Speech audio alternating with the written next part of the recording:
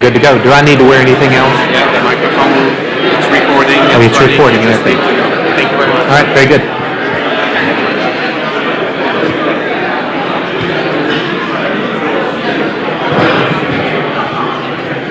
Okay. All right.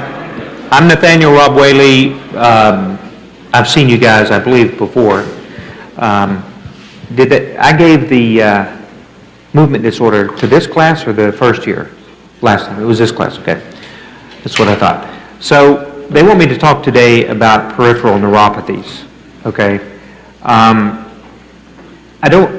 think that sometimes fancy slides, a lot of minutia, maybe abstract concepts can get in the way of just general concepts. So I'm going to use this as sort of a point of departure, but I have found that when people, the residents and the students round with me in the clinic, that they really just don't have a very good understanding of just general concepts of what a peripheral neuropathy is, okay?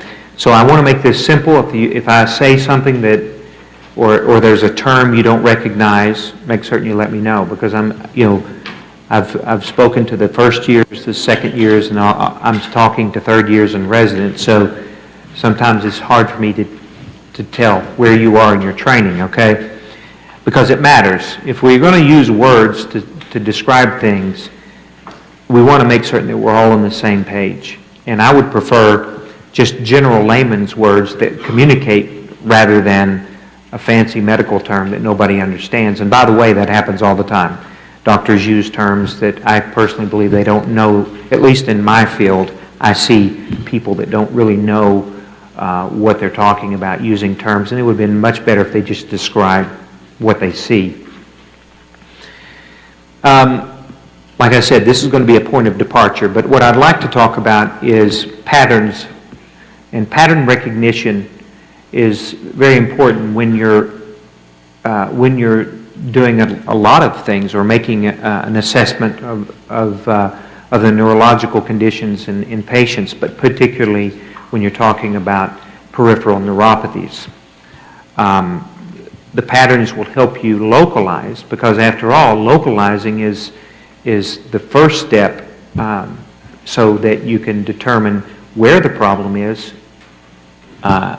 before you can determine what the problem is. Skipping where the problem is where a lot of clinicians make mistakes. They jump immediately to the etiology or the cause before they've isolated where the problem is. And you guys may have heard me make this statement. I say it because it's fairly common, but a patient comes to the ER with chest pain. They're placed on a cardiac protocol. They start getting meds and everything, and finally the medical student walks in and asks them, tell me about it, and the patient says, I was out trying to start my lawnmower, and I felt something in my chest. Well, tell me about where does it hurt? It hurts right here. You mean like right here? Yeah, right there.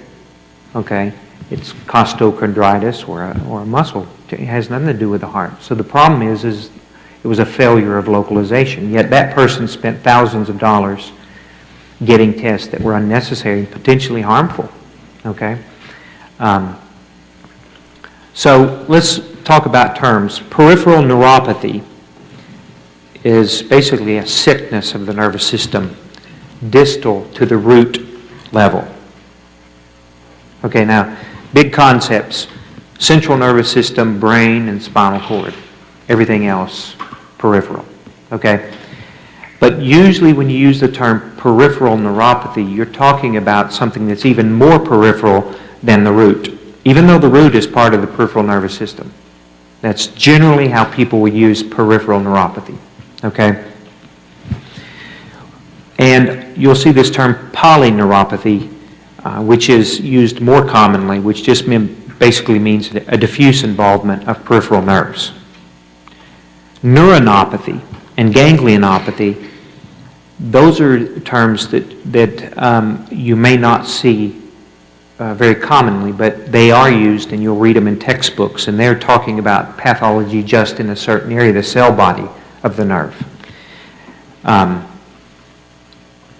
So upwards to 1 in 10 persons throughout the course of their life may have a polyneuropathy. Diabetes is a big cause throughout worldwide. Even leprosy is a big cause. We just don't see it here. But there's a myriad of reasons why someone might have a peripheral neuropathy. Just to recount, we're talking about the peripheral nervous system. So the peripheral nervous system starts in the sensory ganglion, the dorsal root ganglion. The peripheral nervous system really starts in the axon, the anterior horn cell in the spinal cord. And basically the motor unit, which that's a term that is used in neurology. It may not be something that you see on your boards, but when you talk about a motor unit, and for our purposes here, we're talking about beginning in the anterior horn cell, out to the root, out to the periphery, all the way through the neuromuscular junction to the muscle. That whole thing is the motor unit. Okay? If you have an anterior horn cell problem, clinically, it will look the same. At least the physical signs will be lower motor. Okay. I mean, reduced reflexes. Have you guys talked about this before in other classes at all? Okay. So, all right, so that's important to know. Okay, I'll go through these very quickly. You all have seen this, you've studied this, you now know more about the cell than I do. I've forgotten more than, but the main concepts here are there's a myelin sheath and there's an axon, and we'll talk more about that later. Also, remember the breakdown of nerves. Clinically speaking, unless you're interpreting or trying to read a nerve biopsy, this would not be that important to you. A mononeuropathy, one nerve is involved, okay? So the most common mononeuropathy that you'll see is related to a syndrome called carpal tunnel syndrome. One nerve, the median nerve. Now you guys, you had anatomy last year, right? That's true. And so, you probably don't remember a lot about the peripheral nervous system. And in fact, that's pretty common. I mean, you don't use it all the time. So, but this is one syndrome that you need to be very familiar with. Other things the second most common is an ulnar neuropathy. The median neuropathy that causes carpal tunnel syndrome, I keep feeling like I'm echoing here. As the median nerve comes down into the wrist, it's compressed by fibrous band of tissue there, the carpal tunnel, and you get symptoms. You get symptoms referable to where that nerve innervates, distal to that. So these 3 fingers and half of this finger, although patients won't tell you that, they'll say my whole hand's numb most of the time. Positional. It'll be a positional phenomenon. We have some cases I'd like to get to, and we'll talk more about that. The ulnar neuropathy that you see, again, a mononeuropathy, most likely at the elbow. Second most common is at the wrist as it passes Guillain Canal. And again, these fingers are affected. Now that's the sensory aspect of things. The motor aspect of things follows where those muscles are innervated. So in the thumb opposition is where the median nerve innervates distal to the wrist. The finger flexors of these 2 fingers and finger apiduction or abduction are the ulnar innervated muscles. These are things that you have to review, and it'd be nice to have, particularly anybody that's going to be taking care of patients needs to know about carpal tunnel. They need to know about the clinical signs of ulnar neuropathy. ER physicians will have to know about radial neuropathies. The most common one is a compression of the humeral nerve. This usually is found out upon awakening. It can mimic stroke because they wake up and they say, I can't feel my hand, and their wrist is dropped. Okay. Again, the radial nerve innervates the finger extensors. it has a pathway. It also innervates the tricep all the way down into the forearm.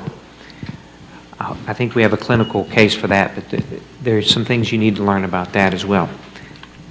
Types of nerve injury, for the purposes of this lecture, are to be understood only because you're talking about ability to recover. So you can crush the nerve and hurt the myelin, which regrows pretty well. You can crush it so much that you start to lose a lot of axons, but yet the neuron is still intact, it's just lost axons. To that degree, it can regenerate those slowly, sometimes up to a year or more. To cut the entire neuron and the nerve, you're talking about no way to get it fixed, okay? Neuropraxia, myelin sheath, axonotmesis, some axons. Neuronotmesis means you've obliterated that nerve, okay? And here's a pictorial representation of that, okay? Types of nerve injury, again, those are good pictures where you basically have cut it. If it's cut, it will not grow back, okay? Some other, any nerve can be affected, really. The most common ones we've talked about, but you can get a femoral neuropathy.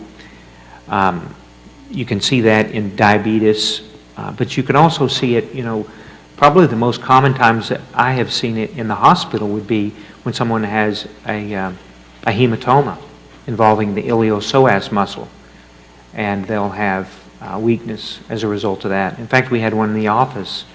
I think it was one of Dr. Kimbrough's patients presented with abdominal pain and leg weakness, and it was compressing the femoral nerve. And the obturator neuropathies, usually they're rare. You have to see those obstetrics. Sciatic neuropathies are not that uncommon. You see that a lot of times post-hip procedures, sometimes 2 years out. Okay. Suprascapular neuropathies, up here on the shoulder, if you remember.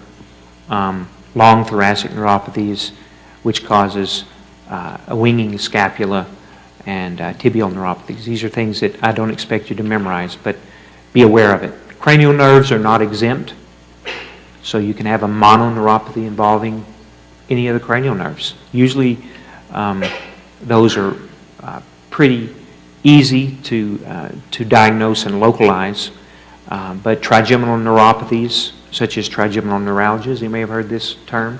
Tic-Douloureux, you may have heard of this. Bell's palsy as a result of the facial nerve being affected. Third nerve palsies, which causes double vision and deficits in the eye muscles that are related to that. Fourth nerve palsy, sixth nerve, any of them can be affected.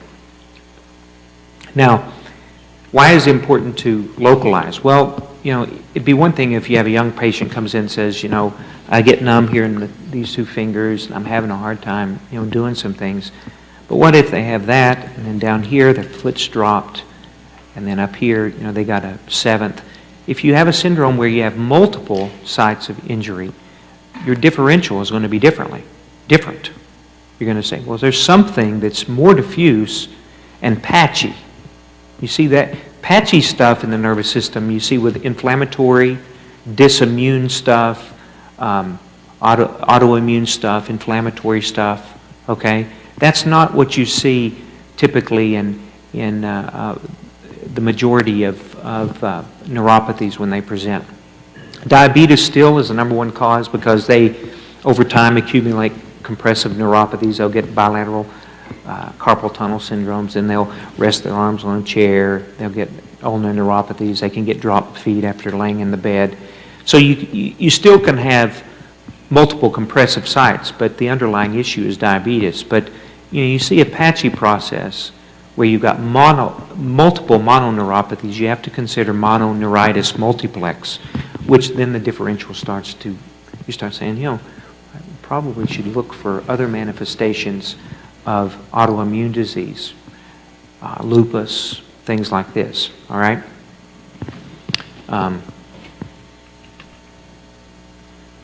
There is there are syndromes that selectively involve the plexus. The plexus, as you recall, there are two regions that we use the word plexus to describe, and one here in the brachial plexus, and then you have down in the lumbar plexus, lumbosacral plexus. I saw a case this week, actually completely misdiagnosed, again, because I think people just don't listen to the patient or pay attention. He was told he had a stroke. He woke up, or he was sick. He got sick in April. Had some kind of flu-like illness. He said, he'll tell you, he says, I was sick. I was out of it. I don't know what happened. My colleagues at work took me to work. After that, he started to develop weakness in the arm. And his eye looked different. The MRI of the brain was normal. He was told he had a TIA. Now, first off, there's so many things wrong with that, I can't even begin to describe. A TIA, the T stands for transient, so it goes away. His never went away. Okay, first off, and they're all sudden and onset. TIAs and strokes are sudden and onset. This was kind of a progressive course. He had febrile illness, the whole thing, and also a rash. Okay, in April, he presented to me with weakness and atrophy. Okay, now atrophy is a lower motor neuron sign. Weakness can be upper or lower, but these symptoms here are lower motor. Fasciculations, okay, atrophy, and the other one that I would put down would be pattern. If the pattern fits a certain nerve distribution. Upper motor neuron signs: spasticity, hyperreflexia, increased reflexes. Okay, and the pattern is the extensors are involved in the arms, flexors are involved in the legs. So if you ever watch somebody who's had a stroke, their arm is up like this, and their leg is straightened, that's because the extensors are weak, so the flexors take over. In the leg, the flexors are weak, so the extensors take over, so they walk like this. They circumduct. Okay, that's upper motor. Increased reflexes, increased tone, pattern of weakness, extensors are weak in the arm, flexors are weak in the legs. Lower motor neuron, atrophy, fasciculations, pattern fits a nerve or a root, and I forgot to tell you, loss of reflexes. So he's hyporeflexic in that arm, particularly the tricep, which is C7, right? He's weak in multiple nerve territories with atrophy of both the intrinsic hands, which is ulnar, the opponens, which is palmar, which is median, and he also had finger flexor weakness, which is radial, but all distal. Where is that site in common? Now, one other localizing sign that helps you as much as anything is he had a droopy eye on the right with a small pupil, which the medical term for that is miosis. And that pupil, the differences between the two pupils changed when you turn the light off. So this one would go up and this one remained the same. That's called Horner syndrome. Now, Horner syndrome you can get with an upper motor neuron lesion, but you can also get it with a lower motor neuron lesion. And so the intrinsic hand muscles, C8, or lower trunk, thumb opposition, median nerve, lower trunk, C8 root. Horner syndrome comes out at C8 and T1, okay? Okay, and so you have here a lower trunk brachial plexitis. The rash tells you it was probably herpetic, but nevertheless, he's getting better over time, not worse, so it's not a more sinister process like cancer. This guy couldn't afford medical tests, and because of his improvement, I didn't order any. Clinically, he has a brachial plexitis, but I was confident and able to tell him, you did not have a stroke. The prognosis for this is quite good in terms of long term. How much will come back depends on how much axonal damage is done. Now, the EMG nerve conduction study could help me with that, But we'll just follow him. It could take up to a year, maybe 18 months to see the full extent of his improvement. But how do I know it was a plexus? Because it didn't follow any one route. It didn't follow any one peripheral nerve. It was multiple peripheral nerves. And then, of course, the Horner syndrome made it even easier. So it localized to the plexus. Now, plexus lesions can be inflammatory, and they can be almost like a Guillain-Barré. Have you heard this term, Guillain-Barré? It's almost like a Guillain-Barré that attacks just that area. And it can be after surgeries, after vaccines, after things like that, and you don't really ever find a cause. It's just inflammation. It attacks that area. It can also happen down in the pelvis. Now, again, diabetes can do both. Diabetes, again, peripheral nerve can do anything. But that's how you distinguish a plexus lesion from something, just a mononeuropathy. It'll be multiple nerves. It doesn't fit a root pattern. And it'll have lower motor neuron signs. Again, lower motor neuron. These are big concepts, simple concepts though. Lower motor neuron, that means you're talking about from the anterior horn cell out or the dorsal root ganglion out on the sensory. Lower motor neuron, okay? When you guys come in round, this is something that is oftentimes forgotten. Lower motor neuron, atrophy, fasciculations, hyporeflexia. And the pattern helps you. Upper motor neuron, hyperreflexia, so increased reflexes, spasticity, weakness, flexors in the leg, extensors in the arm. Okay?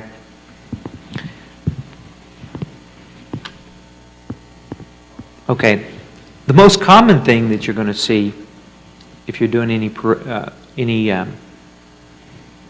primary care stuff will be the prototypical type, which is a length-dependent neuropathy, a polyneuropathy, multiple nerves that follow a symmetrical pattern, starting in the toes, the feet, and then it starts to climb up the legs. And as it starts to climb up the legs, when it gets to the knees, because the arms, the nerves going to the tips of the fingers are about just above the knees, then the hands start to be involved, and then as it increases, it can even get to where you get a shield defect here. Okay?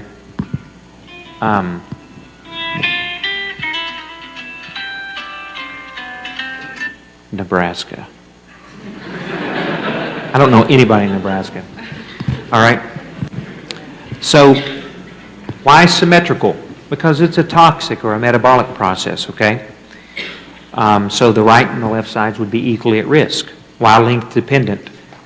Because it probably affects the ability of the nerve to transport nutrition to the distal aspects of the cell of the nerve. Remember, the cell body is very proximal, so you're going out having to travel a long time. So this is as it becomes more severe, the reason you get a shield defect is because the length of the nerves coming around from the back go into the chest or start to die off.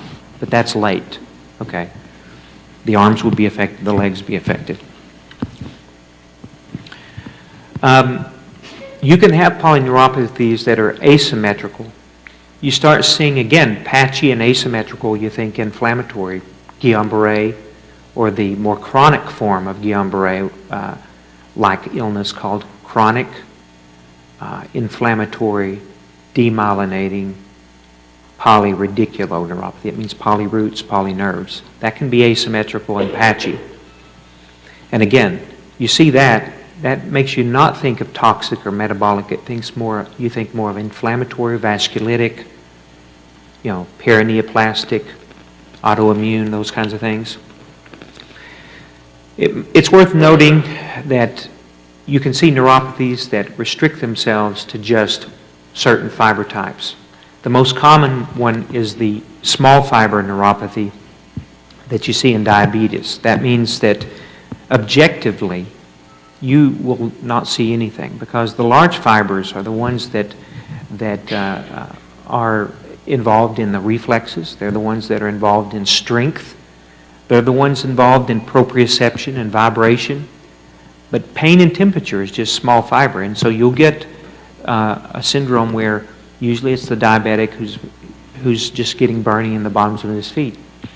And you test them, and they have a stalking pattern of sensory dysfunction down low. It's fairly symmetrical, and everything else is normal. The skin may look a little different because the small fiber can change. When you have a neuropathy, you can see changes in skin and nails and things, but oftentimes you don't see much. And even if you test them with what's known as electromyography or EMG and nerve conduction studies, that only assesses large fibers. So you can have a peripheral neuropathy that only affects the small fibers, and the EMG will be normal. Okay? And objectively, they will be normal. Now, when I use the word objective, that's a term maybe that could be used different. Objectively is what you can demonstrate because you can see it. Subjective is something that somebody complains of. Okay? So numbness and tingling, that's subjective. Weakness and atrophy, that's objective. Reflexes are objective. Somebody can say, I'm numb from top to bottom. How do you prove or disprove that? You can't. You can't really disprove that. They say they tingle from their head down to their feet. You say, yeah, I believe you, I guess. But that you can't, there's nothing objective to do to disprove that. Okay? You can have, now remember, small fibers also supply the autonomic nervous system. So a lot of times small fibers, neuropathies will be associated with autonomic symptom dysfunction. In other words, when they stand up from a seated position, their blood pressure drops. And they have a lot of problems with syncope and pre-syncope. In other words, passing out from that. They have dysfunction of bowel and bladder, dysfunction of sweating. Diabetes is very commonly associated with dysautonomic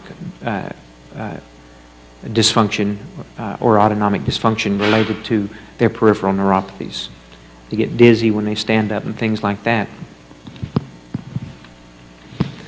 Large fiber types, you can test and you can see objective signs, and the EMG nerve conduction study will demonstrate those.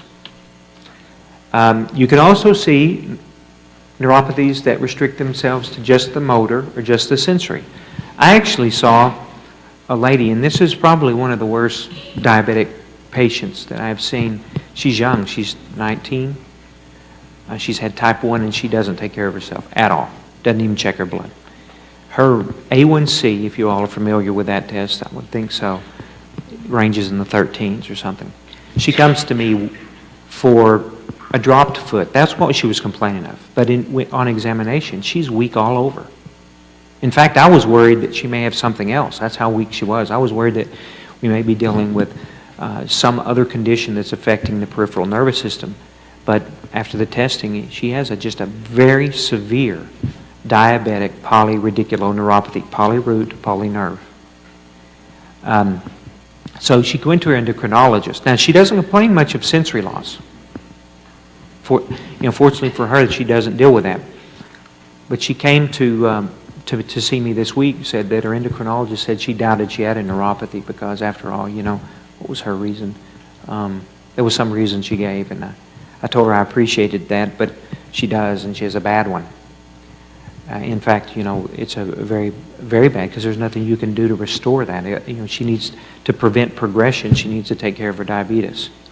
But the endocrinologist told her that because she really didn't complain much of any sensory dysfunction. Motor neuropathies and motor nerve dysfunction where it's just restricted to that. ALS is not really what you would call a polyneuropathy, but sometimes it can present in a fashion that can be mistaken for that, but they will have lower motor neuron signs. And sometimes, have you all ever heard of ALS? Lou Gehrig's disease, ALS? Okay, that's a constellation of symptoms of the motor system only. The characteristics are both upper motor and lower motor.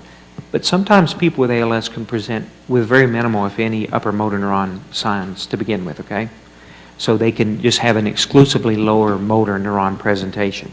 In other words, lower motor neuron, atrophy, fasciculations, okay, hyporeflexia, okay? CIDP, chronic inflammatory polyradiculoneuropathy. This is sort of the chronic form of Guillain-Barré.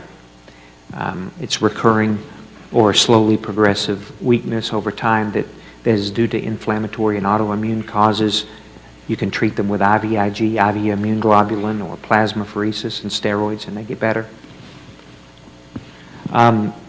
Causes of sensory dysfunction, diabetes, Sjogren's, vitamin B12, paraneoplastic, inflammatory, hundreds of causes, literally. Axonal, so in other words, we've talked about differences in patterns to some degree. We've talked about differences in fiber types, also differences of where the injury occurs. Hopefully, when you have your Guillain-Barré, it'll be just the myelin sheath. That can be regrown. But if you have an axonal form of injury, axons don't grow back very well. So, again, axonal also, in most every case, has something to do with toxicity or metabolic causes. So as you can see, the vasculitic causes, that's because there's actually, a blood flow issue into the nerve. So it makes sense. Heavy metals, diabetes, alcohol, chronic kidney disease are the most common types. Those that are demyelinating are inflammatory, autoimmune, paraneoplastic, things like this. They're patchy again, not length dependent. Okay, here's a chart I'll just let you look at, for reference. Let's keep on going. Okay, now another way to break these down would be acquired versus hereditary. Charcot-Marie Tooth is the eponym that's been used to describe all hereditary types. There's many different DNA subtypes of these. The number one cause is demyelinating, but there are axonal forms. There are both autosomal dominant, autosomal recessive, X-linked, all of them. And there are types that have been described. There's no cure for them, and rarely will we order genetic tests for that reason.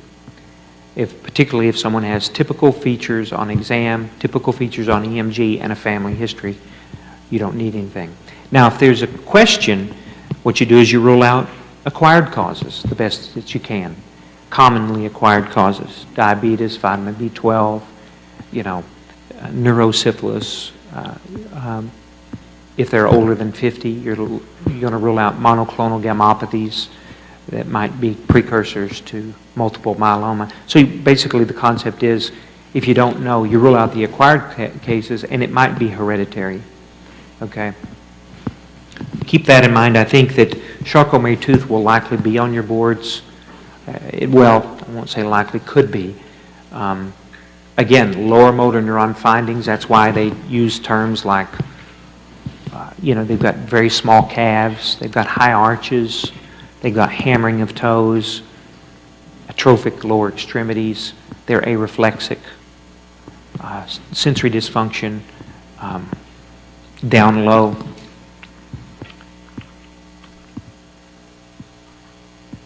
Okay, some other, if people like to use acronyms and things like that, dang therapist works. I don't think that way, but I've known colleagues that use that as a way to go through the differential.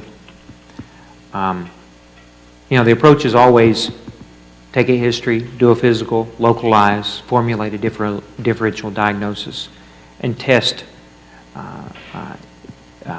to narrow the differential diagnosis. You guys probably have heard me say this before, but I think it's a common thing to see that, and I like to ask the residents this as well. Is like, when you say test, what are you testing?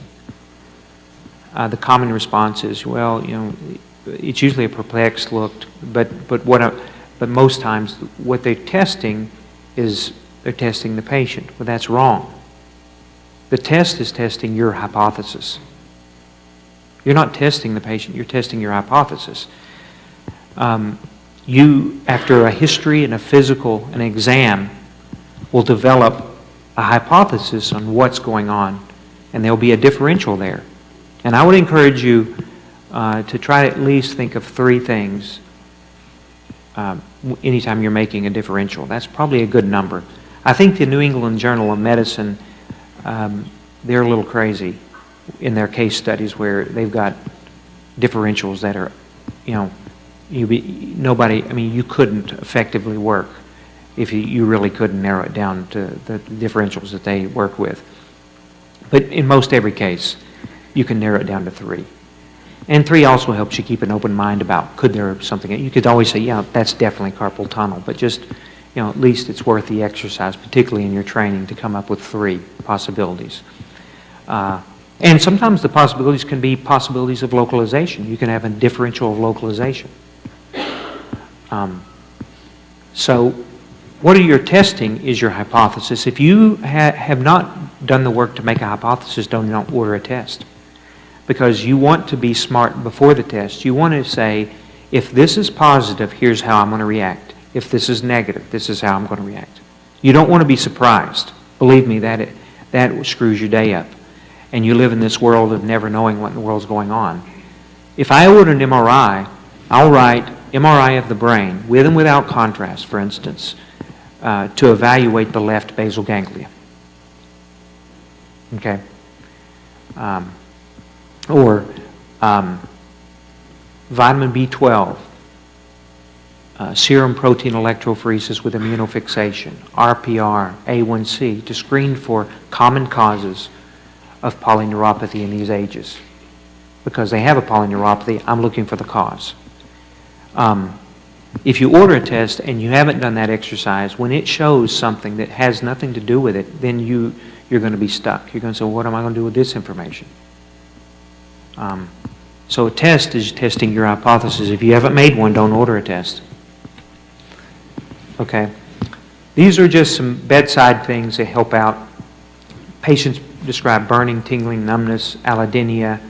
Allodynia is a medical term for a sensation of pain when it shouldn't be pain. Everybody's experienced that if they've been sunburnt. The next morning they wake up, they get in the shower, and it hits them on the chest. I'm like, oh! That usually is a good feeling. It's a bad feeling, and that's it. That's allodynia. That's a good example of that. Again, motor symptoms, autonomic symptoms I've listed there for you. Things that, I brought some things that we use to test things. Yeah, hammer for reflexes. If you come to rotate with me, bring a hammer. I almost never use this. That's not because there's something wrong with it, but this is a good testing of vibration. It's just a function of training. I rarely find that this helps all that much. If someone says they're numb, I believe them, okay? Particularly if it's in a pattern that's believable. If they say I'm numb from top to bottom, I already know it's psychiatric. So if they have numbness down in the feet, I do testing for large fiber, but a more reliable test, in my opinion, or at least, is checking proprioception. That is something that is very, very worthwhile testing. And also vibration sense. In the histrionic patient, it doesn't help you, it just screws you up. Same thing with, a lot of times with pinprick, same thing. But people over 70, it's normal for them to lose vibratory sense in the feet. So in elderly patients, it's worthless. And then I just basically, I run a Mickey Mouse operation over there, so I just basically, I split this, and I've got a sharp point, and basically test, that's my pinprick. And of course that's disposable, and you throw it away. These are pretty much for the peripheral nerve exam. There you go.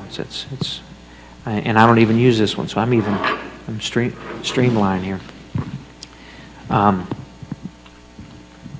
So again, just some common things, reference issues, some things you may want to look at. I'd like to get, if I could, to some of the cases before we run out of time.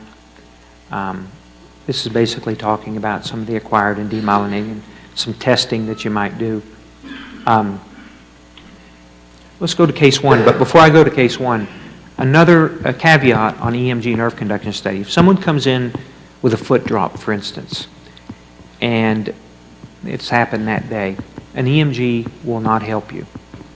An EMG does not assess small fiber, it does not assess the central nervous system, and it does not assess acute lesions. You really want to have symptoms and signs for 4 weeks before you'd order an EMG nerve conduction study. Okay? Now, in conditions like Guillain-Barré, you can start to see things at 2 weeks, but in most every case in Guillain-Barré, you know what you're dealing with, if you know what you're doing. And so you don't need it for a diagnosis. It's usually better for prognosis, and so basically, I don't do it until they get out of the hospital, okay? Or unless they're not responding like they should, and my diagnosis becomes, something of question.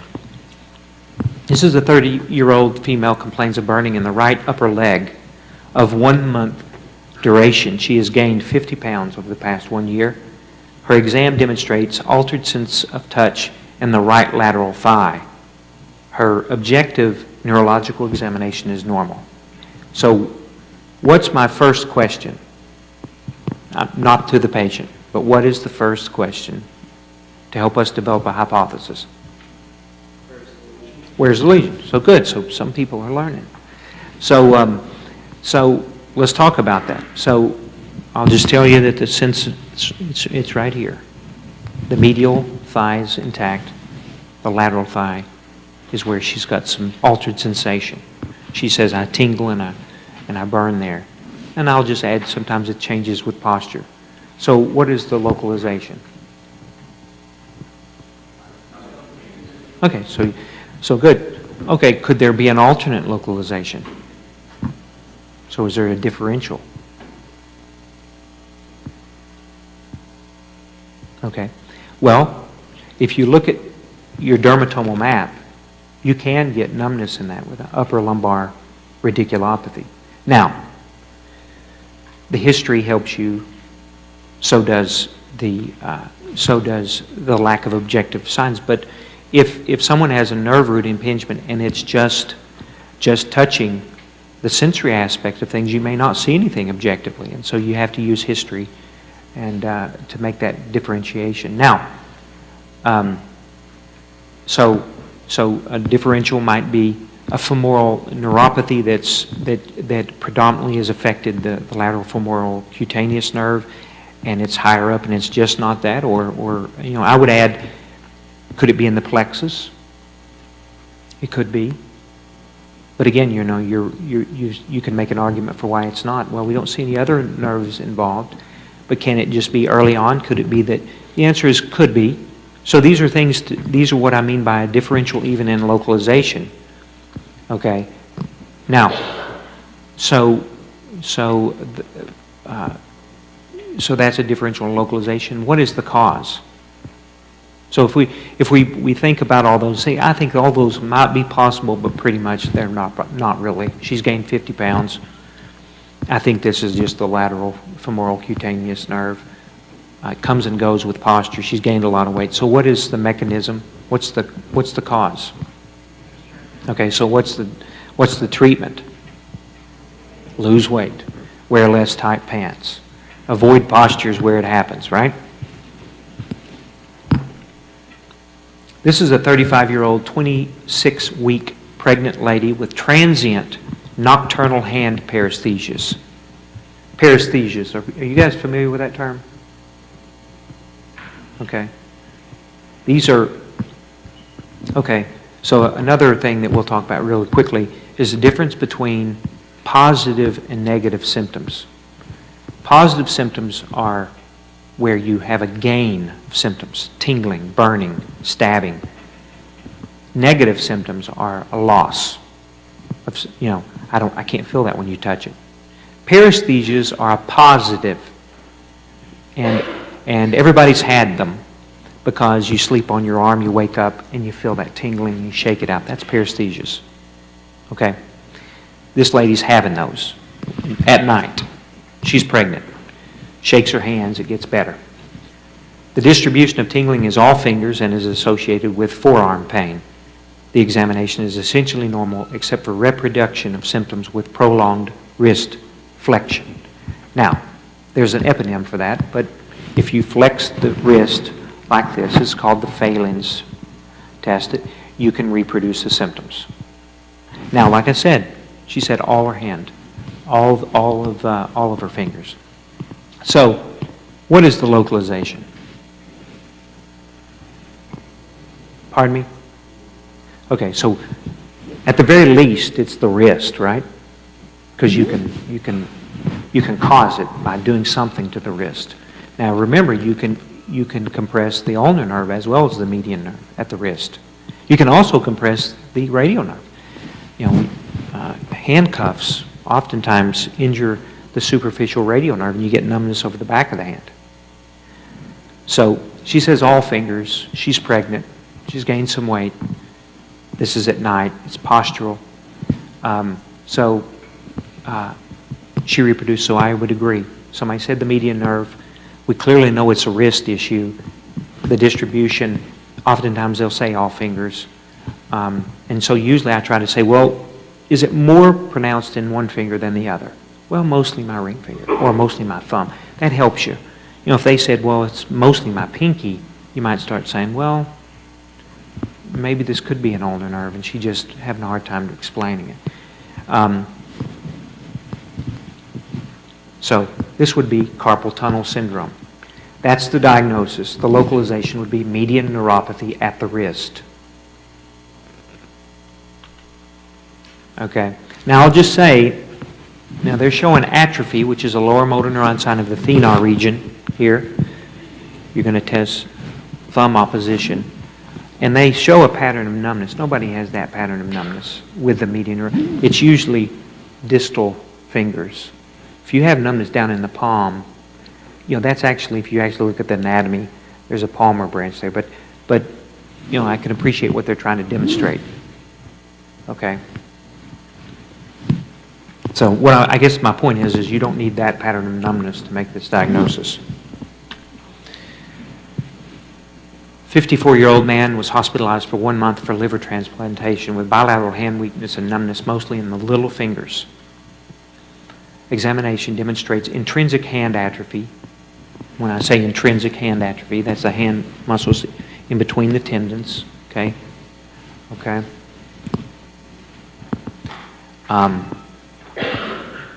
Weakness in his finger abduction. Again, abduction, adduction.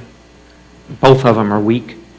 And flexion of the fourth and fifth digits of the distal interphalangeal joint.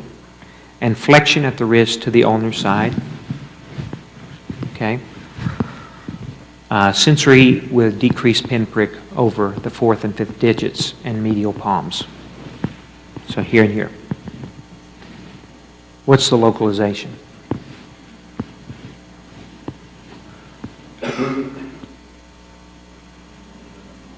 Ulnar nerve. I think that's a good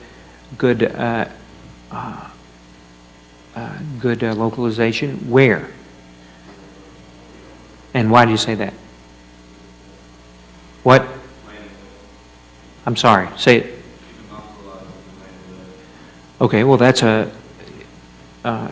But we can know it even more certainly because of his pattern of weakness. Yeah. So basically, that's the flexor carpi ulnaris. That's innervated. That's in the forearm. Also, the flexion of the distal interphalangeal joints. That's the flexor digitorum profundus. Again, right here, forearm.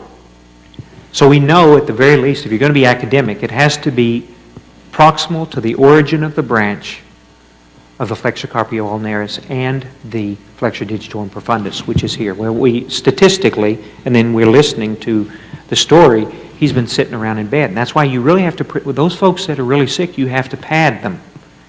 A very common thing is a foot drop. You know the guy I told you about with the plexitis? Or I have actually got another one. I'm seeing him later today. He was so sick from pain from a herpetic brachial plexitis that he laid around in bed, and he got a compressive perineal neuropathy, which now he's got a permanent foot drop. It's very, very common in these people. You have to really protect their elbows, protect points of injury. This is very commonly seen, by the way. And a lot of times they don't complain about it because a lot of people are encephalopathic or confused during the hospital admission. They get home and all of a sudden during recovery they start to aware, hey, I can't grab things, and then they come and see you. So that's showing atrophy, showing the pattern of numbness, showing the course of the ulnar nerve. A 60-year-old homeless man presents with inability to use his right hand with numbness over the dorsal forearm and hand upon awakening.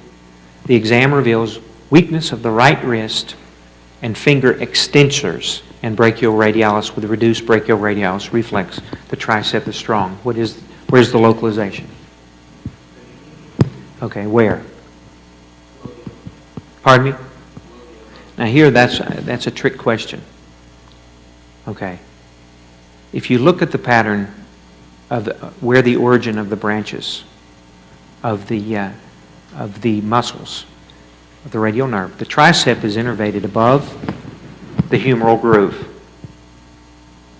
Okay? Below the humeral groove, there are branches, and they're ordered. The anconeus, which nobody tests, brachioradialis, the flexor carpi radialis, extensor carpi radialis, and then the extensors. So how do you remember that? Well, triceps, you'll have to remember that. The rest of them are ABCs, ABCEs, okay?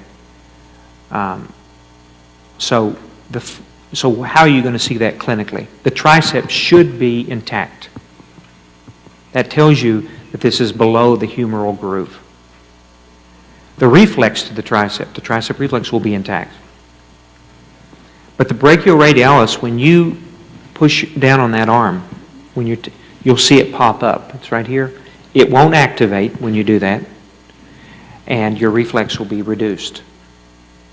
Now, a lot of times people don't recognize how to test for radial because basically the wrist is like this and their fingers are like that. Now try to spread your fingers out like that and apply pressure. You can't do that very well in that.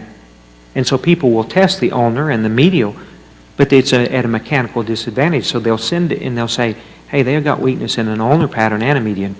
That's because of a mechanical problem. What you want to do is put them in a better pattern. Have them, push down the table, then spread their fingers, where they have more of a mechanical ability to give effort, to test the ulnar and the median, to make certain you're just dealing with one nerve. Okay? So the tricep, so it is actually above the elbow. It's at the humeral groove most likely, and the mechanism is compression. And the name for this would be a Saturday night palsy, but most times it's not on Saturday night, and most times it's not homeless drunk men. It's people that just sleep, and they get in the bed. A lot of times it's diabetics who are susceptible to injury, and they wake up and they got their hand like that. Okay? I don't expect you to memorize that right now, but it's worth looking at that because you will see that if you take care of patients.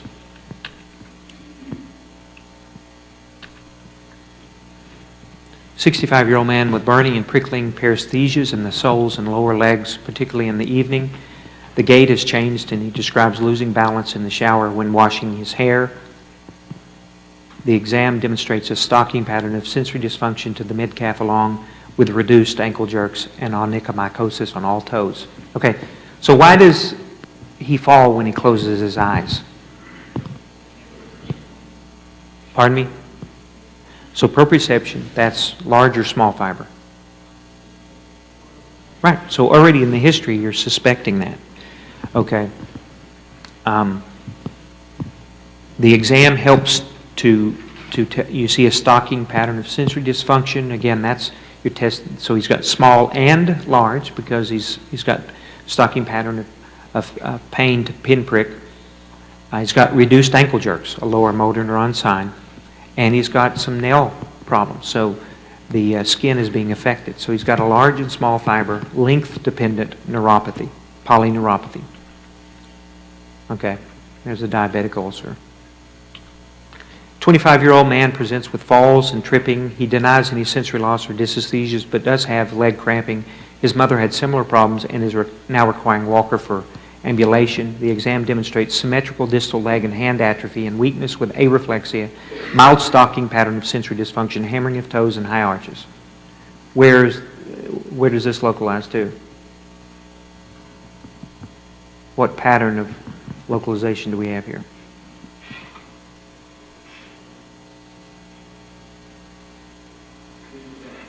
Pardon me? This person? A polyneuropathy, a large and small fiber polyneuropathy.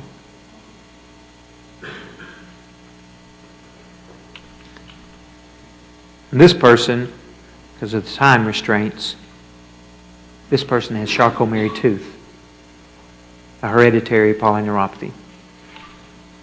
Okay? We'll do one more, and we got 1 minute. 20-year-old lady presents with tingling in the feet associated with rapidly progressive leg weakness over the past 24 hours. A diarrheal illness is endorsed 2 weeks prior to presentation. The exam with distal leg weakness, areflexic leg reflexes, and stocking pattern of sensory loss. Where does this localize to?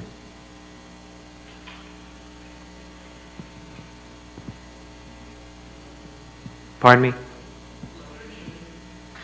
It does localize to the lower extremities, but in the nervous system, where does it localize? Pardon me? Why would you say that?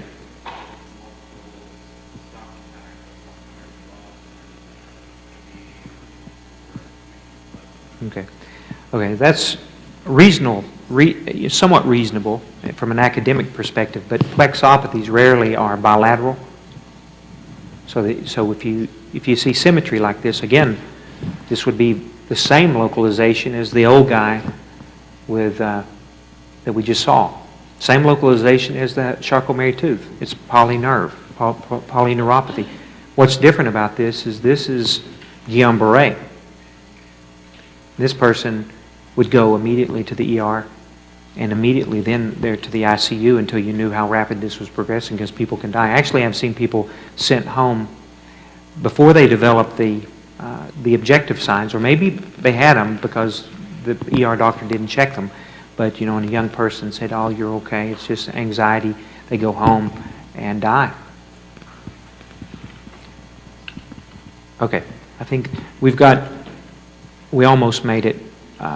Well, actually, we've got several others. I'll just tell you that case